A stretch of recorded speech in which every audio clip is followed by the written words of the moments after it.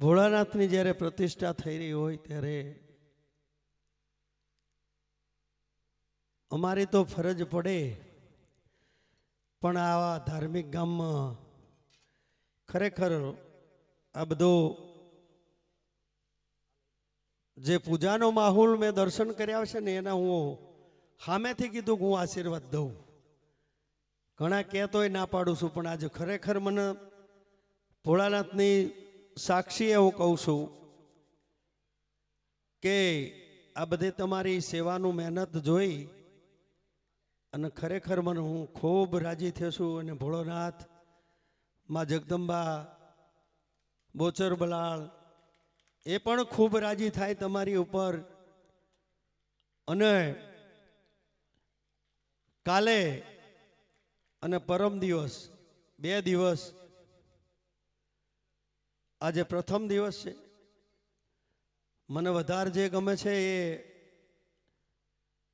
આપણે હડમતિયાથી કાળુ બાપુએ પૂરું પાડ્યું છે, એને જોરદાર તાળીથી વધાવું. મેં તો વિઠ્ઠલભાઈ એમને કીધું હતું કે મારી જે કંઈ સેવા હોય, મને કે બાપુ થઈ ગયું છે. મારા મુખીને બધાને મેં કીધું હતું, પણ કે બાપુ થઈ ગયું છે. મેં કીધું મારા જોગી સેવા હોય તો મને કહેજો, હું પણ હકદાર છું તમારો. શું કામ? તમે જો આવું ધાર્મિક કાર્ય કરતા હોય તો અમને સાધુ સંતોને તો આમ પરમાત્મા અમારા હૃદયમાંથી આમ બહાર નીકળી અને અવાજ કરે કે આમને બૈડો ઠપકારવો જોઈએ. શું કામ? કે આવું ભગીરથ કાર્ય જ્યારે આટલું મોટું કરી રહ્યા છીએ, એ ભોળોનાથ કાયમના માટે આ બંને ગામોના અને આવનાર જનાર આ રસ્તા ઉપર કોઈ પણ એનું માથું ટેકાવશે, એની સર્વેની મનોકામના પૂરી કરશે અને એને ક્યારેય પણ સંકટ નહીં આવે એવો ભોળાનાથને અમે પ્રાર્થના કરીશું સાધુ તરીકે, કે જેનાથી જે બને સાથ સહકાર આપ્યો છે, કોઈ હાથે, કોઈ પગે, કોઈ આર્થિક રીતે જે કંઈ મદદ કરી છે એ ભગવાન ભોળોનાથ ખાતે લખશે તમારું. ભગવાને કીધું છે કે 10મો ભાગ કોઈ પણ હિસાબે હું લઈ જઈશ. આપણે એવું વિચારવાનું કે કોર્ટમાં ના જાય, દવાખાને ના જાય. અને આવા ધર્મ કાર્યમાં આપણા 5 રૂપિયા વપરાય એ આપણે પુણ્યશાળી આત્મા હોય તો આવા 5-25 રૂપિયા વપરાઈ શકે, નહીતર વપરાતા નથી. ગમે એવી ધન સંપત્તિ હોય તો આંગણે આવેલો કોઈ હોય પાલો પાણી નથી પી શકતા. અને ખરેખર તમને સારું લગાડવા નહીં, પણ જે આ ગામના 2 આવ્યા હતા ને મારા ચિયાડાની અંદર સમૂહ લગ્ન હતા, ત્યારે જે સેવા બગદાણા બજરંગદાસ બાપુની સેવા જે ફરતા ગામના આપી રહ્યા છે, એ બદલ ખૂબ ખૂબ એમનો પણ આભાર. શું કામ? કે તમે તમારું ઘર કામ પડ્યું મૂકીને પણ સેવા આપો છો ને. આ ભગવાને જો બગદાણામાં ના વસ્યા હોત બજરંગદાસ બાપા, તો તમે કંઈ ઠેઠ ક્યાંય ને કંઈ સેવા કરવા ન જઈએ કત. પણ એના આશરે તમે જાઓ છો, ગમે ત્યાં આમંત્રણ હોય તો બજરંગદાસ બાપાના આશરે જઈએ છીએ આપણે બધા સેવા માટે. એમને ખૂબ ખૂબ ધન્યવાદ છે. અહીંયા આવા ગામમાં રૂડા પ્રસંગ કરાવે અને ધાર્મિક કાર્ય થાય એવી હું જગદંબા, ચિયાડા ધામ, મેલડી ધામ, કાનિયા જોગીની મેલડી, જોકે બધાએ નામ સાંભળ્યું છે, એ દર વર્ષે 100 દીકરીના સમૂહ લગ્ન થાય છે. અને ત્યાં દરેક દીકરીને સાચી ગાય કન્યાદાનમાં આપવામાં આવે છે. આ વખતે 12મા મહિનામાં 108 દીકરીના સમૂહ લગ્ન રાખ્યા છે વિના મૂલ્યે. અહીં પણ કોઈ પણની દીકરી હોય એમના મોકલી દેવાની. ભાડું અમે આપશું, કરિયાવર તો મેલડી આપશે, પણ ભાડું અમે આપશું. કોઈ પણની દીકરી હોય, ઠેઠ જુનાગઢ, મેદડા, મુંબઈ, પંજાબ, હરિયાણાથી દીકરીઓ પરણી જશે જગ્યામાંથી. એ બધા એવું કહે છે કે બાપુ અમદાવાદ જિલ્લાનું ગામ આવા સમૂહલગ્ન ક્યાંય થતા નથી, પણ એ અમારી તાકાત નથી. અમે ક્યાંય મિટિંગ નથી કરતા. કોઈ દિવસ આટલા વર્ષોથી ચાલે છે, કોઈ મિટિંગ નથી કરતા, બધું રામ ભરોસે ચાલે છે. આજની તારીખમાં કે કોઈ જાતનું કોઈને એવું નહીં કહેવાનું કે પવાલું પાણી પાજ્યા ને જમવા લઈ જા, એ નહીં કહેવાનું. હું પોતે મૌન હોઉં છું 11 દિવસ, કોઈને હંગાત બોલવાનું જ નથી, કહેવાનું ક્યાં રહ્યું કોઈ નહીં. અને એવા સમૂહલગ્ન થાય જેના માથે ભરોસો હોય ને એ પાર પાડે. તમને ભોળાનાથ માથે ભરોસો છે ને એ પાર પાડશે. આ 3 દિવસ ચમના જશે તમને ખબર નહીં પડે. આ 3 દિવસ ચમના જશે તમને ખબર નહીં પડે. શું કામ? કે એનું ધ્યાન તમારી ઉપર છે ને તમારું ધ્યાન એની ઉપર છે ને, એટલા માટે વિના વિઘ્ન આપણું કાર્ય પૂરું કરે. અને કળિયુગમાં કોઈ સતયુગમાં નથી ભાળ્યા ને કળિયુગમાં નથી ભાળ્યા. પરમાત્મા તમારા હૃદયમાં બેઠો એ પરમાત્મા છે. તમે તમારા આત્માને પૂછી લો કે મારે આ સારું કરવું છે તો સારું જ થાય, અને ખરાબ કરવાની દ્રષ્ટિ રાખો તો ખરાબ જ થાય. આ જીવ એવો છે, ગમે ત્યાં મોકલોતા જાય, ગમે ત્યાં મોકલોતા જાય. રાતે તમે સૂઈ જાઓ અને પછી ઊંઘમાં ગમે ત્યાં તમે અહીંથી જ્યાં જ્યાં હોય એ મંદિરના દર્શન કરી શકો. કોઈ પણ જગ્યાએ જ્યાં હોય અને એના દર્શન તમે ઊંઘમાં કરી શકો. તમને હમણે ઊંઘમાં જતા રહેશો એટલે મળદા જેવું મળદું થઈ જાય. સવારમાં જગાડવા વાળો એ ભોળોનાથ છે ને હુવારવા વાળો ભોળોનાથ છે. શિવ અને જીવ આ બધાય આદિ અનાદિથી જે ભગવાનનો ચીલો છે એ આપણે હિન્દુ ધર્મના સનાતન ધર્મના માટે મરી પીટ્યા છીએ અને મરી પીટવાનું છે. સનાતન ધર્મની જય થવી જોઈને જોઈ. કોઈ વ્યસની ના રહેવું, નિર્વ્યસની રહેવું. ગામમાં કોઈ અતત્વ દારૂવાળા હોય તો એનાથી દૂર રહેવું, જેથી કરીને આપણા સંતાનો પણ ન બગડે. આપણે તો જાણીએ કે છોકરા ગયા છે હીરા ઘસવા, પણ કોઈનો સંગ ફેર થઈ જાય ને તેથી એનું વર્તન બદલી જાય. માવતરને ધ્યાન રાખવાનું છે કે મારો દીકરો ટાઈમે આવે છે ને ટાઈમે જાય છે. એ બધું પોતાના માત પિતાની ધ્યાન રાખવાનું છે. પછી એક ટૂંકમાં કહી દઉં, સરસ મજાનું મંદિર હતું. મંદિર બહુ સારું, પણ અંદર કોઈ સેવક ના જાય તો મૂર્તિ હોનાની પધરાવો તો એ શું કામનું?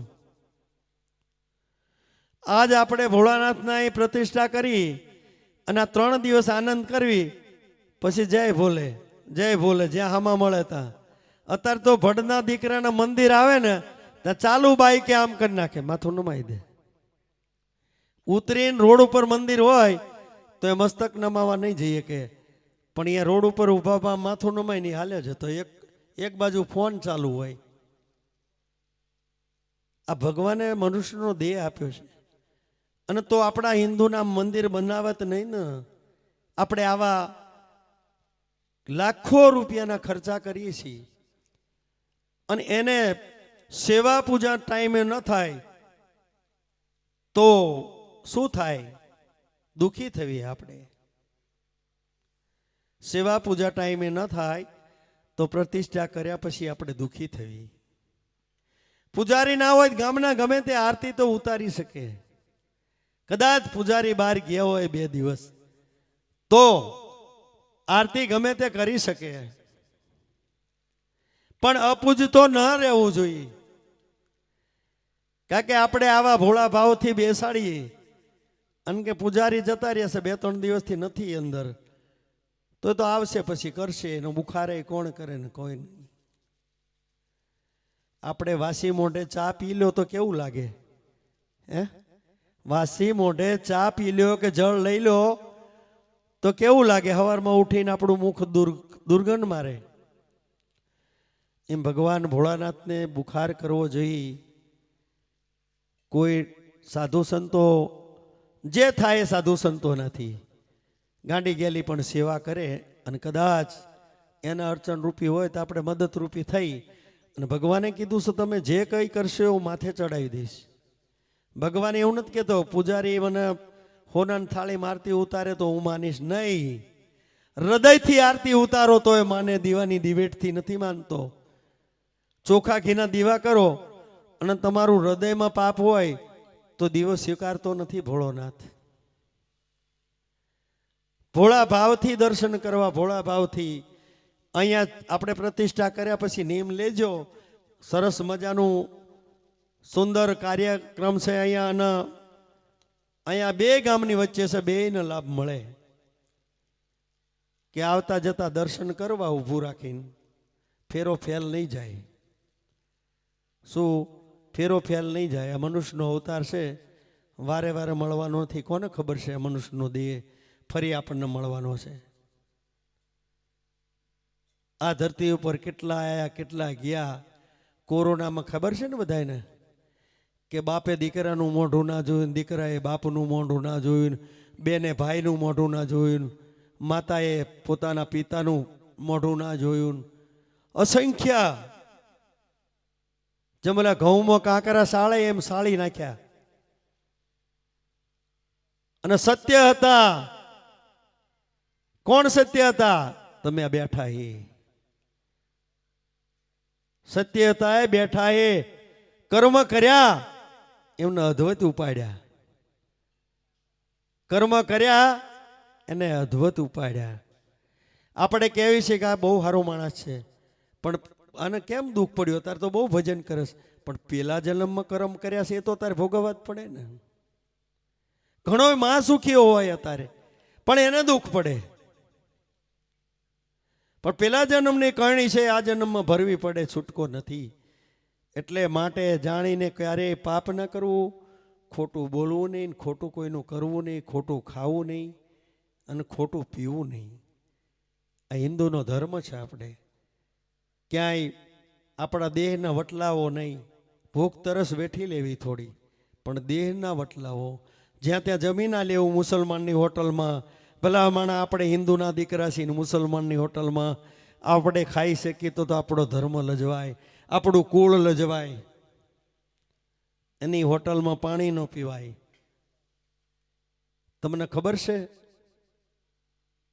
કોઈ હું સાધુ થઈને બોલું ખરાબ દેખાય, કોઈ ઈંડા વાપરતું હોય, કોઈ આ તે કંઈ ગમે તે વાપરતા હોય હોટલોમાં, પાછા એ ઠામમાં તમારે જમવાનું છે. ભલે દોષિત છે એ નક્કી છે, પણ આપણને ખબર છે બોર્ડ માર્યું છે કે અહીં ભોળોનાથ બેઠો છે તો અહીં દર્શન કરવા. પણ એક સરસ મજાનું હનુમાનજીનું મંદિર તો ટૂંકમાં કહી દઉં, પછી ભજન ચાલુ કરવાના છે કે રોજ એક ઓછામાં ઓછું 50 લીટર તેલ ચડે હનુમાનજીને. તો એવામાં 2 દિવસ થયા તો એક દારૂડિયો જેવો ઉઘાડી તલવાર લઈને કે હનુમાન, અહીં અમારે ખાવા તેલ નથી અને તું તેલે નાસ, તને શરમ નથી આવતી? કાલથી પબ્લિકને ના પાડી ને તારા ડેંગા કરી નાખીશ કે તલવારથી. પૂજારી અમું જાણો કે આ પ્રતિષ્ઠા કરેલી મૂર્તિ છે, ખંડિત કરશે તો ગામનો ઉપાધિનો પાર નહીં રહે. પૂજારી વિચારમાં પડ્યો. પેલા જતા રહ્યા એટલે પૂજારીએ વિચાર કર્યો, મૂર્તિ આગળ પાટેશન મારી દીધું અને ઝીણી મૂર્તિ હનુમાનજીની આગળ મૂકી દીધી. હનુમાનજીની આગળ મૂર્તિ મૂકી દીધી. પાછો બીજો દાડે ભટ્ટનો દીકરો આવ્યો કે હનુમાન કે હા ચાંદ જો તાર બાપો કે. છોકરા જેવું ભાળ્યું ને મૂર્તિ કે તાર બાપો ચાંદ ગયો કે. કાલથી કહેજે કે કોઈ તેલ ચડાવે નહીં તારા બાપને કે. તા પૂજારી વિચાર કર્યો કે હે હનુમાન દાદા મારી લાજ રાખી. એમ આપણે યાદ કરશું ને ગમે ત્યાં સંકટમાં હોય તો અબુટ બલાળ ને ભોળોનાથ આપણી લાજ રાખે. શું કામ કે આપણે ખડા પગે અહીં આટલા બધા બેઠા છો, એમાં કોકને તો કંઈક કીધું છે, એ પાલો પાણી ફેલાવતો, ગોદડી નાખી દેતો, જમવાનું આપો તો, લાકડા લઈ આવતા વાળી નાખતો, કરે ને અજીબ છે, બધુંય કરે, માલે ખવડાવે ને મારે ખવડાવે, માલે ખવડાવે ને મારે ખવડાવે. પછી આવું ગમે તેવું હોય અને મને ખરેખર અમારા વિઠ્ઠલભાઈનું બધા મુખીનું બધા ફોન આવ્યો મને કે બાપુ પ્રતિષ્ઠા છે, એટલે મેં કીધું હું સાંજ ઉપર આવીશ અને 100% આવીશ. મને તો બહુ આનંદ છે આવા પ્રસંગોમાં વધારે જવું. હું એક દીકરીઓના સમૂહલગ્ન થાય ત્યારે અને આવી પ્રતિષ્ઠા હોય ત્યારે, બીજે ના જવું તો ચાલે પણ આમાં તો જવું જ પડે. શું કામ કે તન મન ધનથી તમે આ સેવા આપી રહ્યા છો, જોરદાર તાળીથી વધાવો આ વડીલોને, આ જવાનને. એમને મેં તો આવીને જોયું છે બધા સેવાના, તમારી સેવામાં તો કંઈ ઘટે એમ છે નહીં, મારે ત્યાં આવી ગયા છે બધા એટલે મને ખ્યાલ છે કંઈ ઘટે એવું નથી. પણ હું જગદંબા માં કાનિયા જોગીની મેલડીને પ્રાર્થના કરું કે આ ગામમાં ક્યારેય અણજોગતું વિઘન ન આવવા દીધી ભોળાનાથ માં જગદંબા મેલડીને. બોલીએ બોચરવલાળ માત કી, મેલડી માત કી, પાર્વતીપતિ હર હર મહાદેવ.